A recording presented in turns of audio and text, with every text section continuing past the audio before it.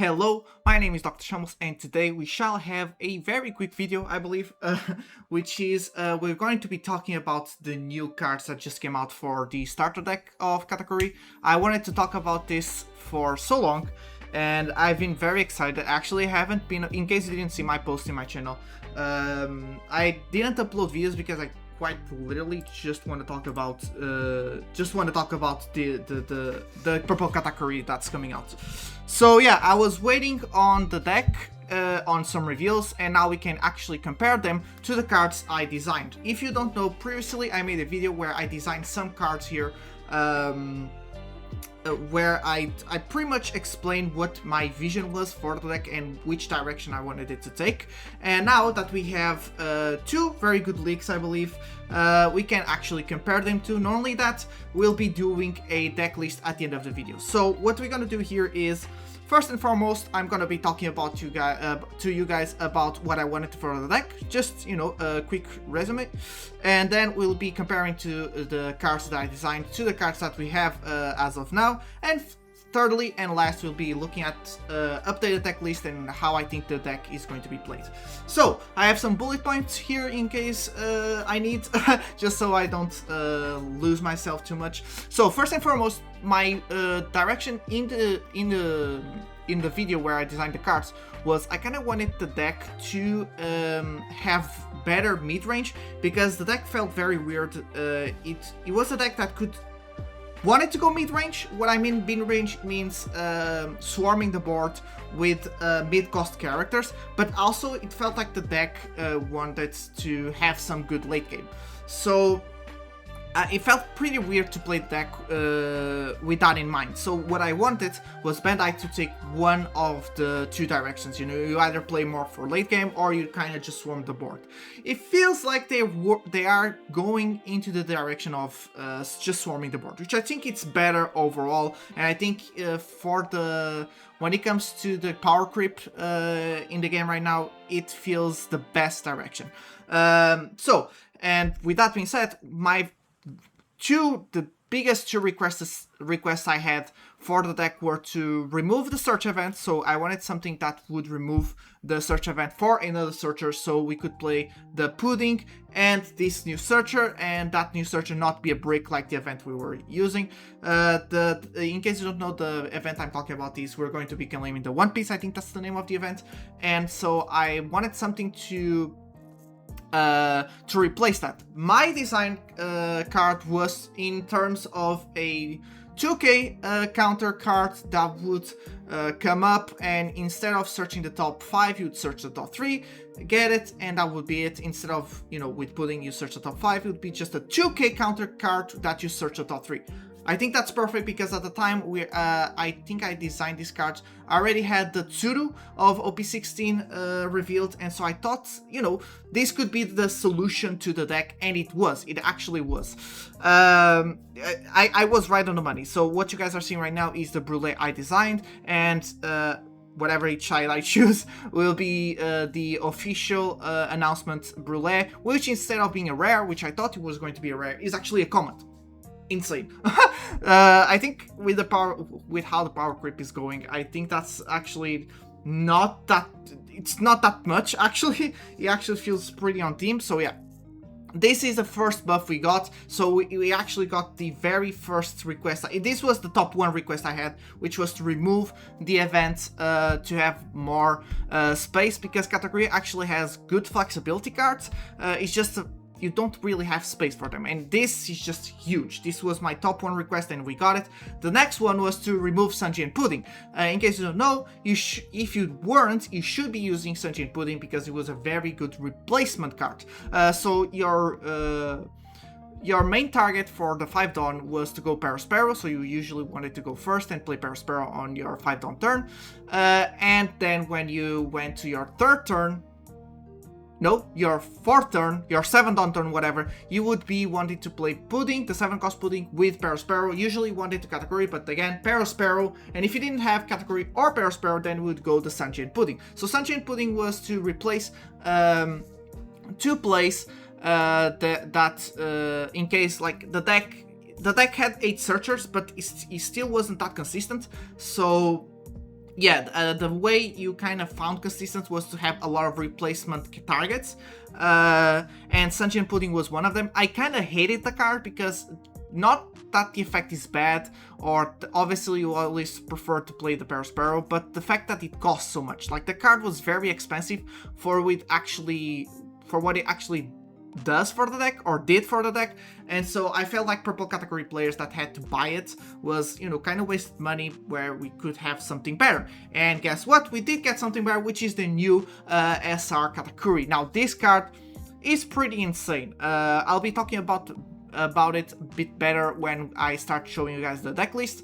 But this is definitely the replacement that we needed. Not only that, they went the extra mile. I didn't think they would go the extra mile. What I mean by the extra mile is replacing the Parasparrow as the main target. When I first created my Katakuri, which is the one you guys see here, my idea was to not replace Parasparrow. The idea of Parasparrow is to actually give consistency to your deck, so his cycle is very insane. And I thought, you know, we'll make an SR category that you do love to see it, but you kind of still wanted to give priority to the Parasparrow. Not only that, I want a new category that had a 5 Dawn cost. This is so our 2 cost category would have more value, because against DNL and a lot of purple decks now, even Sengoku, we would struggle with this, which is our 2 cost category was pretty much a dead card against these 2 matchups, because they go down a lot in Dawn, and in L's case it doesn't even get to 8 Dawn, so your kid category would never replace himself with the 8 cost category, so you would always have to play it vanilla. Now with this new category, it's just insane, because what I did with my design of my category SR was to give a lot of board protection when it comes to interaction. I felt like the deck is very good defensively, but I felt like it needed a buff, because again, the power creep with the new sets was kind of slowing us down, and although we had a lot of defense, the decks on the other side just could interact with our board so easily, and by the way I designed my category was to stop that interaction. But what they decided to do was, instead of that, they just gave us an incredibly buffed Parasparrow. So this new category, every time we go down a Dawn, instead of giving us a Dawn back, you actually get 2 Dawn. So we automatically ramps. So he pretty much has the effect of Pudding, the 3 cost Pudding, and our Parasparrow combined. Parasparrow still is a very good card, simply because it gives us the active Dawn, which we then can use to search with another Pudding, or to leave it there for our events. Whatever we find and need. And again, Parasparrow still is a good target, simply because we will be cycling the bricks. But yeah, this Katakuri SR is absolutely insane. Not only does he have this effect of giving us the Dawn back, he does have the effect that when he gets KO'd, we can replace it by an 8k power or less purple character. It doesn't have to be category, if I'm not mistaken. So yeah, these were the 2 cards we got that I feel like were going to be implemented into the deck list with no doubts. The other card was another 2k. I don't feel like, for now at least, it does have good tech against purple and L, but I just don't see the need for it, okay? As for now, we'll see how the meta goes, but I feel like this 2k counter that we got besides these 2 cards it's too situational, so it depends too much on the purple and L stance in the meta. Although purple and L, as far as we know, still isn't slowing down. It still is a very good deck, so we'll see. So yeah, these were the points that I wanted to say.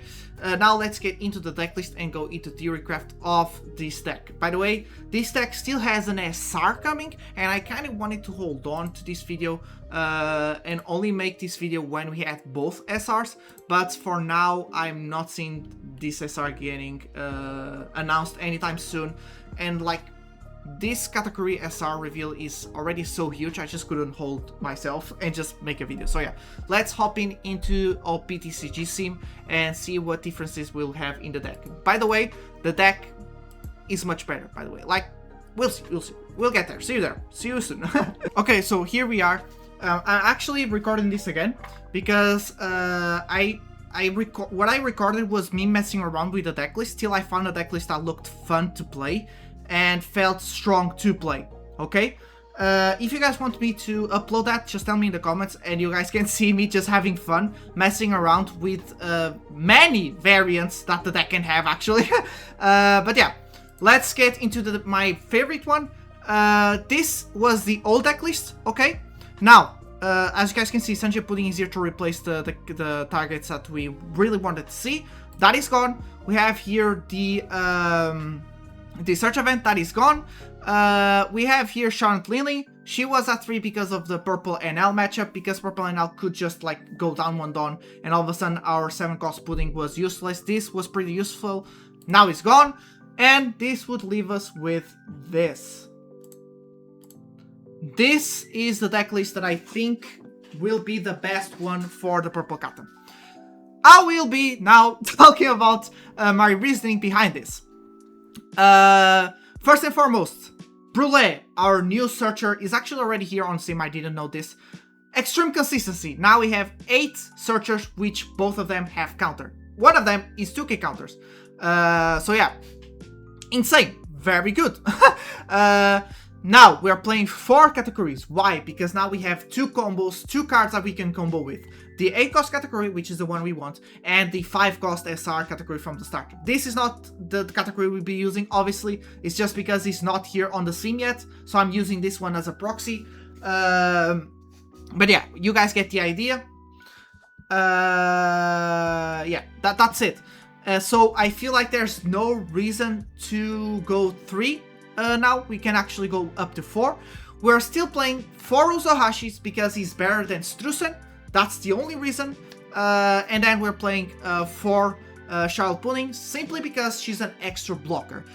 You can play Strusen, like you can remove 2 of her and play 2 Strusen, and then you have plus bodies that can rest your opponent's blockers. But I feel like this deck should still go a bit defensively, and so I decided to go with 4 Pudding. We're now playing 3 Parasparrow because he still is very good. And if you can play him, you still want to play him again. He ups our consistency even more. Although, thanks to this, we are no longer playing that many bricks. So we can actually, you know, we can be a bit more flexible with the copies. But yeah, for now, he'll stay at 3. You still love him for the consistency and to give us an extra active Dawn, which will help us play this and this on your opponent's turn. Then you have the new SR category for obvious reasons, not even gonna explain that. 4 Puddings for obvious reasons. 4 categories, 8 cost for obvious reasons. 3 Charlotte Lilies of 9 cost and 1 10-cost Lily. Why am I playing this? Now, this is where the deck gets fun. I wasn't playing the 3-cost Pudding. Why? Because there was no reason to. And I felt like there would be no reason to play it even with this new category. But there is a fun interaction here. So, our SR starter deck from category actually ramps us 2 Dawn. So the idea is he would be a replacement of the Pudding and Parasparrow combo. This was an old combo that you really needed to do so you could play Katakuri on your next turn. Now we have Pudding, so we don't really need that combo anymore. That's why I removed her. And now I'm adding her to add even more flexibility to our combos. This is actually insane. So let's get into this, shall we? Now we'll get into the combos. We're going first. We usually always want to go first. First turn we search. Second turn we play Charlotte Pudding. Yes. 5 Dawn turn we play hopefully Katakuri. We swing with our leader. Leader effect, go -1 Dawn. Then this will proc our Pudding and will proc our Katakuri. This means thanks to this Pudding, we get our Dawn back, and then with our Katakuri, we go up 2 Dawn. So this is even stronger than the Pudding Parasparrow combo. Because these 2 gives us 2 Dawn, these 2 gives us 3 Dawn. Which means on our next turn, we'll be at 9 Dawn. This means we can actually play this Charlotte Lily a turn earlier. That is insane. If we don't find this Lily, then we can play Katakuri, we can play Pudding, we can play whatever we want to. This combo is insane because it pretty much makes everything we have online except this Lilling. Why am I playing 1 of this Lilling and not 4 of this 9-cost Lilling to make this combo more consistent? Because this card is very strong. This card is a 12k rush character, which can also save us during our opponent's turn by making our leader 7k power during your opponent's turn. So I feel like playing 1 is the way. We can also remove one Divine Departure to play 2 of her. Or if you want, you can play 4 of this 9-cost Lilling as well. That is something you can do as well. We have, so 4, 4, 8, this is 8, so, sorry, 5, 5, 5, 13 with this, 13, 16 bricks, if we count this, 16, this would be 18, 18, 20. So we have 20 bricks if we play like this. If we have this playing like this, we have 19, if we count these 2, which I really don't think we should. And so Divine Departure will make our hand very balanced in terms of counter. I feel like this is the way to go at least. But yeah, this is the combo that we really gonna love doing. Making this with this will make everything online, which means if we're playing against NL, which would turn our pudding offline, we can just play Katakuri Vanilla or play Lilling Vanilla. If we are playing against, if we don't see Lilling, we can just play pudding into Katakuri. Or, like, I don't know, there's so many options after we reach 9 Dawn that it's just insane, you know? If we see, like, a very good, I still think you should just play Lilling on 9 Dawn, and then later play Katakuri. So, like, this is so insane, actually. Like, you play Lilling, you go up 1 life, you take away a body from your opponent's board. It's actually going to be stronger because there's only going to be 1 target you can use this on. And so we're going to take all the aggression of your opponent for 1 turn. This can be very good, okay? Like, because, so, yeah, he'll be playing a 6 cost, usually, and then we'll be taking that 6 cost right away with this Lilling. Insane! So yeah, unless that body has, Rush, which is the case of OP16 Red Ace. Okay, so this is insane. Then later on next turn we'll be at least 8 Dawn, I believe, or actually gonna be at 10 Dawn. So you can play pudding, then play Katakuri, and then next turn you can start comboing whatever. Like, there's so many options. There's too many options. Okay, so yeah, you wanna be doing this combo to ramp the 3 Dawns to then play Lilling. If not, you can play anything else that we're used to play. Then, by the way, we're playing 4 Katakuris because there's also an interaction you're gonna have when going second against NL. Let me explain. This card was pretty much useless. It is useless till the starter deck comes out, because you could not transform this into the 8-cost category because NL would never reach 8 Dawn. He can only reach 6, so this card would just be a 1k counter or something you'd cycle out of with Sparrow to find everything else, okay? Now, because we're having a 5-cost SR category, this is always online no matter what the opponent is on the other side. If NL wants to go down 2 Dawn to pass turn and be at 4 Dawn so we cannot use this, to us that would be fine. You know why? Because it means he's spending cards from his hand to go those Dawn down. Now you must be thinking, well, those cards usually replace themselves. Still fine. Like, what you gotta be thinking is the mind games here. He's still using cards from his hand instead of using it optimally. Hopefully, he's not using as optimally as he could. So we cannot use this. But there's another interaction that we can do with this. This is where I wanted to get. If we go second, in his second turn, NL will ramp up, and then let's imagine he goes down 1 Dawn. He usually wouldn't do this because it's going to be at 6 Dawn. Next turn he wants to play the NL. On our 4 Dawn turn, because it's when he passes turn, we'll be at 4 Dawn. We can actually play this because it's at 6 Dawn. We can play this, replace this, with the new SR category. And this will make us attack with Katakuri, ramp with this one, because he actually gives us 2 rested Dawn. And then guess what? Next turn we can actually play this vanilla style, since we probably won't be able to play Pudding. So yeah, it makes our going second into NL better, and if we're going first, even better, because you can do this, this combo. I suppose NL we try to get rid of Pudding as fast as possible. Still good enough because, again, we're spending cards from his hand, and he's not going to be playing optimally when we start getting into our big bodies. Okay, this is the fun interactions we can do with this new deck list. Another thing before I go is, I don't believe we'll be playing these Leelings. I don't know if we're going to play this one, and I don't know if we're going to be playing this one. I believe one of these is going down. Why? There's still one SR coming from the starter deck. I believe that's going to be a new Leeling that is definitely coming on the deck. Now, I feel like that Leeling will be a 9 cost. Why? Because of this interaction we now have. That's what I feel like. So I feel like this would replace this Leeling and we still leave this Leeling here. Let's see if that Leeling can. It's just so much stronger than these two. Then we just play 4 of that new Leeling and just, you know, whatever. We leave these two out. I feel like that's coming. There's definitely a new Leeling coming. Let's see what it is. I don't know if there's a new Pudding coming. Hopefully not. I would actually prefer it to be a Leeling. If that's the case, great. But yeah, if not, just keep in mind, even if it's not these Leelings, there's definitely something going down here to place the new SR.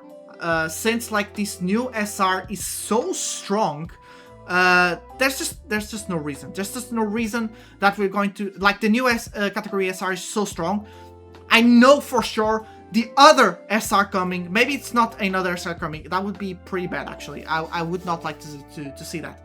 But if there's a new SR coming for this category, that's definitely going into this deck, because this new category that we just got is just insane, okay? That's all I wanted to say. Hope you guys enjoyed. If you did, like and subscribe. See you in the next video. Comment what you think of this deck list. Comment what you think of the cards. Comment what you think it will be coming into the... will be coming next. What will they reveal? And I'll see you all in the next one. Goodbye.